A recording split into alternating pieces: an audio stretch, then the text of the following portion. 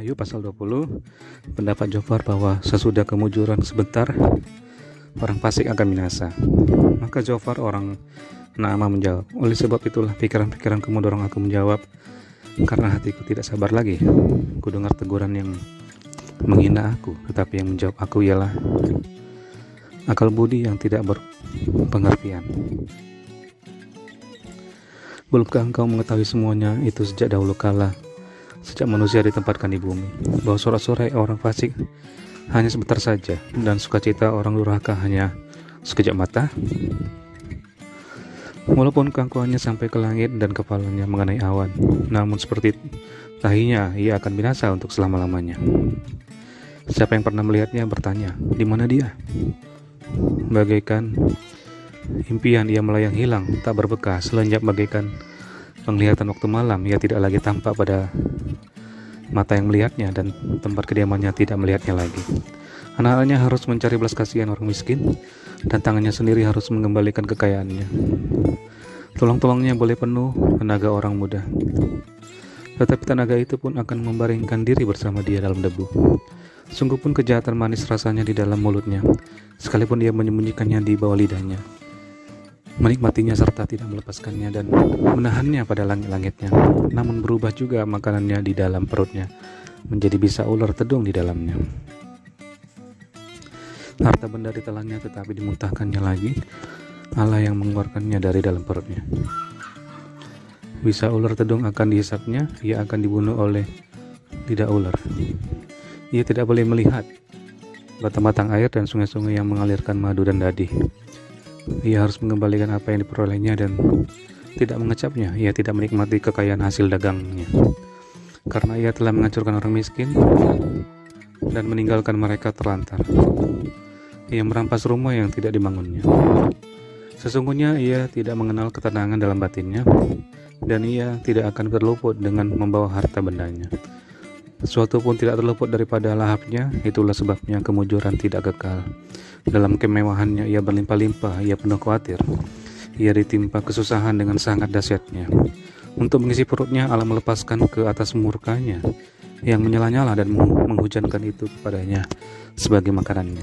Ia dapat melumpuhkan diri terhadap senjata besi, namun panah tembaga menembus dia. Anak panah itu tercabut dan keluar dari punggungnya. Mata panah yang berkilat itu keluar dari empedunya.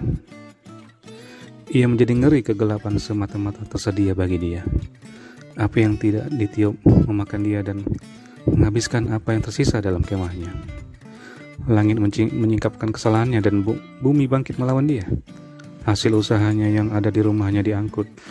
Semuanya habis pada hari murkanya. Itulah ganjaran Allah bagi orang fasik, milik pusaka Allah yang dijanjikan Allah kepadanya.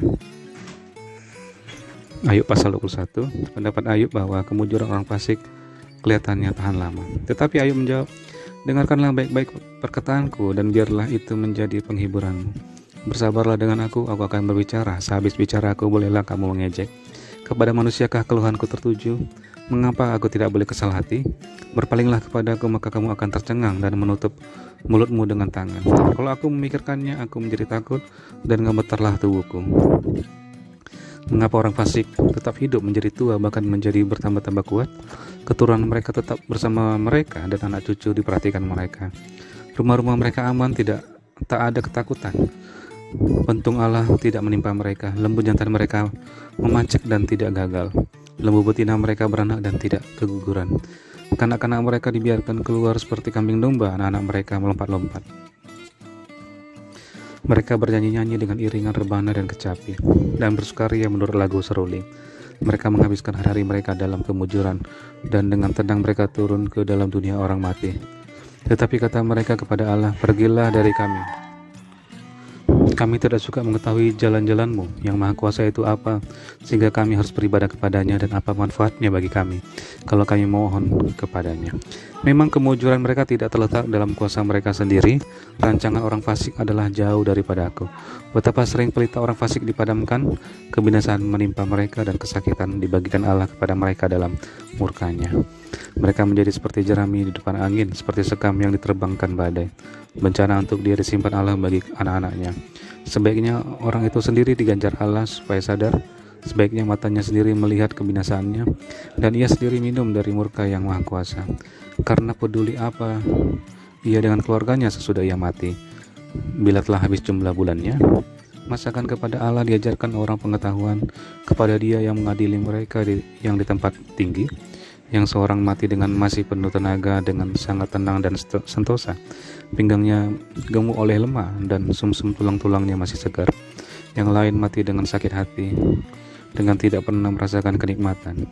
Tetapi sama-sama mereka terbaring di dalam debu dan berengah-berengah berkeriapan di atas mereka. Sesungguhnya aku mengetahui pikiranmu dan muslihat yang kamu rancangkan terhadap aku. Katamu, di mana rumah penguasa? Di mana kemah tempat kediaman orang-orang fasik? Belum pernahkah kamu bertanya-tanya kepada orang-orang yang lewat di jalan? Dapatkah kamu menyangkal petunjuk-petunjuk mereka, bahwa orang jahat terlindung pada hari kebinasaan dan diselamatkan pada hari murka Allah? Siapa yang akan langsung menggugat kelakuannya dan mengganjar perbuatannya? Dialah yang dibawa ke kuburan dan jiratnya dirawat orang. Dengan nyaman ia ditutupi oleh gumpalan-gumpalan tanah di lembah. Setiap orang mengikuti dia, dan yang mendahului dia tidak terbilang banyaknya. Langkah hampanya penghiburanmu bagiku, semua jawabanmu hanyalah tipu daya belaka.